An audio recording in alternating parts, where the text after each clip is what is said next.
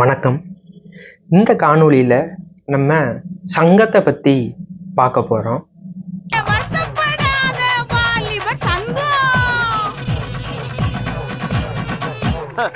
இல்லை அந்த சங்கம் இல்லை. நம்ம சங்க காலத்தில் 3 சங்கங்கள் இருந்ததாக கேள்விப்பட்டிருப்போம். தலைச்சங்கம், இடைச்சங்கம், கடைச்சங்கம் அப்படின்னு சொல்லி இந்த 3 சங்கங்களை பற்றி தெளிவாக இந்த காணொலியில் நம்ம பார்க்க போகிறோம்.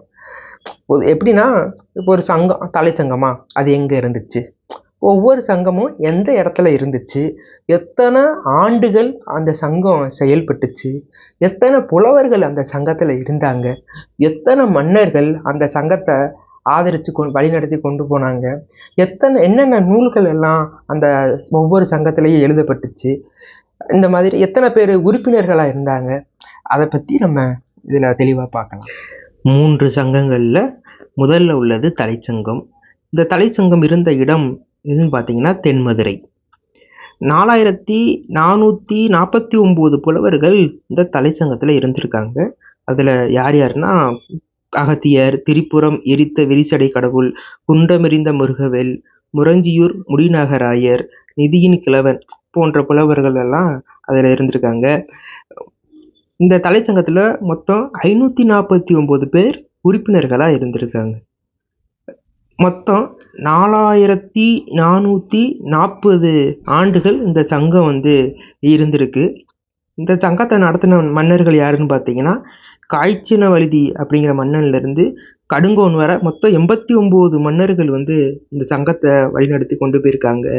இந்த 89 மன்னர்களில் 7 மன்னர்கள் புலவர்களாகவும் இருந்திருக்காங்க. இந்த தலை சங்கத்தில் இயற்றப்பட்ட நூல்கள் அகத்தியம், பரிபாடல், முதுநாரை, முதுகுருகு, களரியாகரை. அடுத்து பார்த்தீங்கன்னா இடைச்சங்கம். தலைச்சங்கத்துக்கு அடுத்து இடைச்சங்கம்.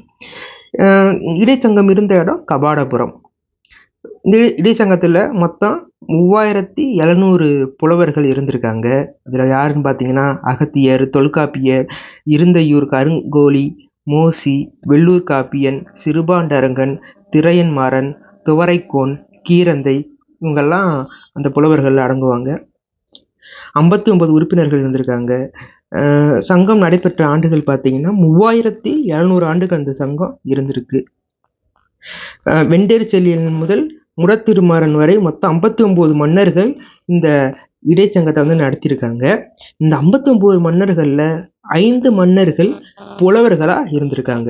இந்த இடைச்சங்கத்தில் எழுதப்பட்ட நூல்கள் என்னென்னா, தொல்காப்பியம், மாபுராணம், பூதபுராணம், இசை நுணுக்கம், களி, குருகு, வெண்டாளி, வியாழமாலை, அகவல். அடுத்து இடைச்சங்கத்துக்கு அடுத்தபடியாக உள்ளது கடைச்சங்கம். சங்கம் இருந்த இடம் மதுரை. கடைச்சங்கம் இருந்தது மதுரை. இன்றைய மதுரை.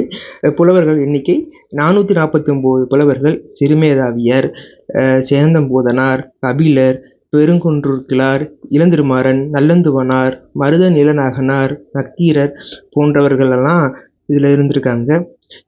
இந்த புலவர்கள் லிஸ்ட்டில் இருந்திருக்காங்க. 49 உறுப்பினர்கள் மொத்தம் இந்த கடைச்சங்கத்தில்.